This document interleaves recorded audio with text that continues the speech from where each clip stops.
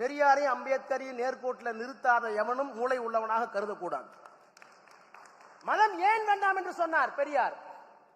பெரியார் சொன்னா பெரியார் நீங்க உங்களுக்கு பிடிக்காது. நான் சொல்றேன், இந்து மதத்தினுடைய சாரம்சம் என்ன? பிலாசபி ஆஃப் இந்துயிசம் எடு. நாளே நாள் தானே கிரேடட் இன்இக்வாலிட்டி. கிரேடட் இன்இக்வாலிட்டி முதல் கருத்து. இரண்டாவது கருத்து படிக்க கூடாத டெப்ரிவேஷன் ஆஃப் எஜுகேஷன். மூன்றாவது பேன் ஆன் ப்ராப்பர்ட்டி.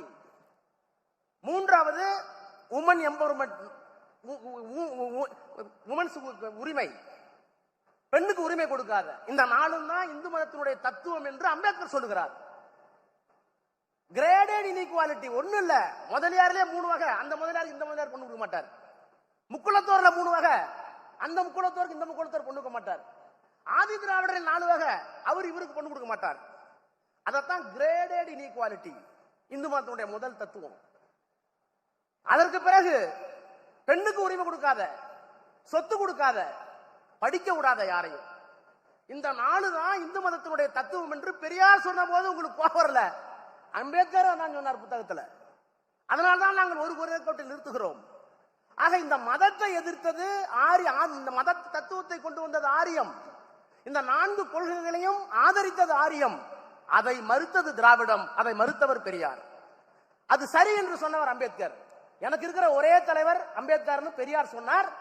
தமிழ்நாட்டு மக்கள் என்னிடம் வர வேண்டாம், எனக்கும் சேர்த்து தலைவர் தமிழ்நாட்டில் இருக்கிறார் என்று அவர் சொன்னார். அந்த 2 பேத்துக்கும் பிரச்சனை இல்லை. இப்ப உனக்கு என்ன பிரச்சனை?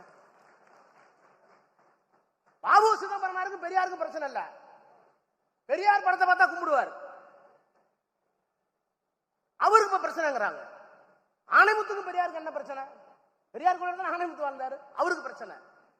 ஆக எதையெல்லாம் திரிக்க வேண்டுமோ அவ்வளவும் திரித்துக் கொண்டிருக்கிறார்கள். ஆக மதம் என்றால் இப்ப இதெல்லாம் விட்டுருவோம். இதெல்லாம் பெரியார் பேசுனது, அம்பேத்கர் பேசுனது. இன்னைக்கு என்ன திராவிடம்? இன்னைக்கு ஒண்ணு இல்ல. சமத்துவம் பேசுவது யார்? ஆதிக்கத்தை ஏற்றுக்கொள்வது யார்? ஆதிக்கத்தை ஏற்றுக்கொண்டால் ஆரியம், சமத்துவத்தை பேசினால் திராவிடம், பெண்ணுரிமை பேசினால் திராவிடம், பெண் இப்படித்தான் இருக்க வேண்டும் என்று பழைய முறையை சொன்னால் ஆரியம். அதையெல்லாம் தாண்டி இப்போ ஒன்று வந்திருக்கு. அறிவியல் பேசினால் திராவிடம், மூடநம்பிக்கை பேசினால் ஆரியம். நாங்க அறிவியல் பேசுறோம். இந்த திராவிட இயல்னு சொல்லுகிற போது எங்களுக்கு என்ன பெருமை? டார்வின் எப்ப கண்டுபிடிச்சாரு? 1850 தான் டார்வின் எவாலுவேஷன் தியரி, பரிணாம கொள்கை. ஒரு உயிரி, அப்புறம் 2வது உயிரி, 2 செல், 3 செல், 4 செல், இப்படி 5 அறிவை பெற்ற இனம் எப்போது வந்தது? 1850. அதுக்கு நோபல் பரிசு கொடுத்துட்டீங்க. அந்த டார்வினுடைய தியரியை சொல்லுவதற்கு கிறிஸ்துவம் ஒப்புக்கொள்ளவில்லை. கிறிஸ்துவத்தில் தடை இருந்தது. டார்வினுடைய கொள்கையை பார்த்துவிட்டு இந்த கொள்கை எவ்வளவு உயர்ந்த கொள்கை, இவ்வளவு பெரிய தத்துவமா இருக்குன்னு சொல்லி காரல் மார்க்ஸ் தான் எழுதிய தாஸ் கேபிட்டல் புத்தகத்துக்கு அணிந்துரை கேட்டார் டார்வின். தாஸ் கேபிட்டலுக்கு கொடுத்தா கிறிஸ்துவம் என்னை தண்டிக்கும் என்று டார்வின் மறுத்து விட்டார். ரெக்கார்டு இருக்கு. அப்ப அறிவியல் உண்மையை சொல்வதற்கு கூட அந்த காலத்துல முடியல. புருனோவை என்ன பண்ணாங்க? நடுரோட்ல கொளுத்துறாங்கல்ல. சூரியனைத்தான் பூமி சுற்றி வருகிறது சொல்வதற்காக புருனோ என்கின்ற அறிவியல் ஆய்வாளரை நடு ரோட்ல வச்சு கொளுத்துனீங்களே. 400 ஆண்டுகளுக்கு பிறகு போப்பாண்டவர் மன்னிப்பு கேட்டாரு, எங்களுடைய மதம் தவறளித்து விட்டதுன்னு. ஒரு போப்பாண்டவருக்கு ஒரு நாணயம் இருக்குல்ல. எங்களுடைய மதம் கிறிஸ்தவம் 400 ஆண்டுகளுக்கு முன்னால் ஒரு அறிவியல் அறிஞனையை உண்மையை சொன்னதற்காக கொன்று விட்டோம், எரித்து விட்டோம், மன்னிப்பு கேட்கிறோம். அது மாதிரி ஒரே ஒரு சங்கராச்சாரி கேட்டிருக்காரா? ஒரே ஒரு சங்கராச்சாரி கேட்டிருக்காரா? தீண்டாமை சமகரமானது, தீண்டாமை இருக்கத்தான் வேணும், பெண்களுக்கு சொத்துரிமை கொடுக்காதே என்றெல்லாம் எழுதிய சங்கராச்சாரி யாராவது ஒருவர்? சரி, செத்து போன விடு, உயிரோடு இருக்கிற ஒரு ஆள் அம்மா எங்க தாத்தா பண்ண சங்கராச்சாரி தப்புன்னு சொல்றானா? சொல்றது இல்லையா? அது ஆரியம், இது திராவிடம். அப்போ மூட நம்பிக்கை வேறு, அறிவியல் வேறு. நாங்க அறிவியலை பற்றி பேசுறோம். நான் இப்ப பேசல, நான் டார்வின் சொல்லி காரணம் இருக்கு. 1850 டார்வின் கொள்கை. ஆனால் 2000-3000 ஆண்டுகளுக்கு முன்பால் தொல்காப்பியம் சொல்லுகிறது, ஒன்றறிவதுவே உற்றறிவதுவே, இரண்டறிவதுவே அதனோடு நாக்கே, மூன்றறிவதுவே அதனோடு மூக்கே, நான்கறிவதுவே அதனோடு கண்ணே, ஐந்தறிவதுவே அதனோடு மனனே, செவியே, ஆறறிவதனே அதனோடு மனனே. ஒரு உயிர் எது? அமீபா எது? தொடு உணர்ச்சி மட்டும்தான். உற்றறிவதுவே. இரண்டறிவது நாக்கு மட்டும் இருக்கும். மூன்றாவது அறிவு என்ன? மூக்கு இருக்கும். 4வது உயிரினம் கண்ணும் சேர்ந்து இருக்கும். 5 காது இருக்கும். 6 மனசு இருக்கும், சிந்திக்கக்கூடிய ஆற்றல் இருக்கும். இப்படித்தான் பரிமாண வளர்ச்சி என்று சொல்வதற்கு என்னுடைய பாட்டன் தொல்காப்பியனுக்கு அறிவியல் அங்கே இருந்தது. இந்த உலகம் எதை சுத்திக்கிட்டு இருக்கணும்? பூமி தான் சூரியனை சுத்தி வருதுன்னு எப்ப சொன்னோம்? மாத்தி சொன்னானே. இந்த உலகம் சுத்துது யாராச்சும் ஒத்துக்கிட்டாங்களா? சுழன்றும் ஏற்பினது உலகம் என்று என் பாட்டன் சொன்னான். வள்ளுவர் சொன்னார். ஏன் அங்கெல்லாம் போக வேணாம், பக்தி இலக்கியம் எனக்கு பிடிக்காதான், மதிவதனைக்கு எனக்கு பிடிக்காதுதான். ஆனா நீங்க எல்லாம் வளர்க்குறீங்க தானே.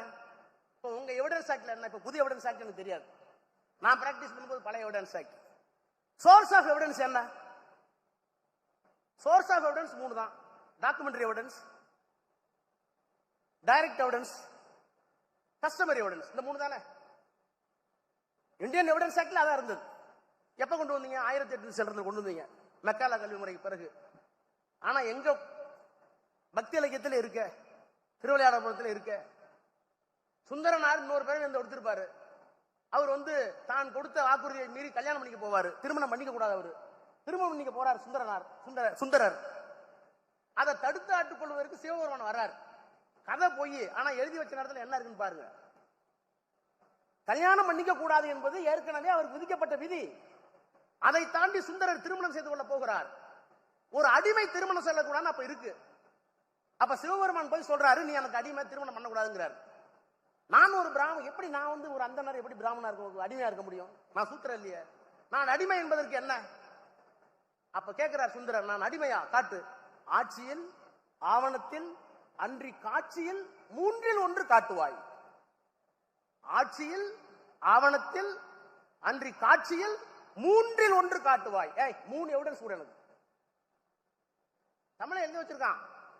இலக்கிய முட்டாள்தனமா இருக்கலாம், ஆனால் இன்னைக்கு இருந்த நடப்பு எவிடன்ஸ் ஆக்ட் எங்கள்கிட்ட இருந்திருக்கு, அறிவியல் இருந்திருக்கு, எல்லாம் இருந்திருக்கிறது.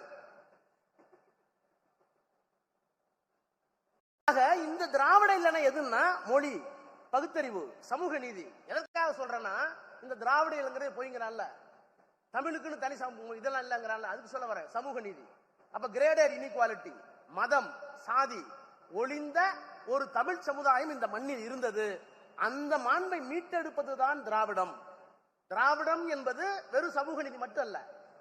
திராவிடம் என்பது நம்ம மொழிக்கான பெருமையை சேர்த்து.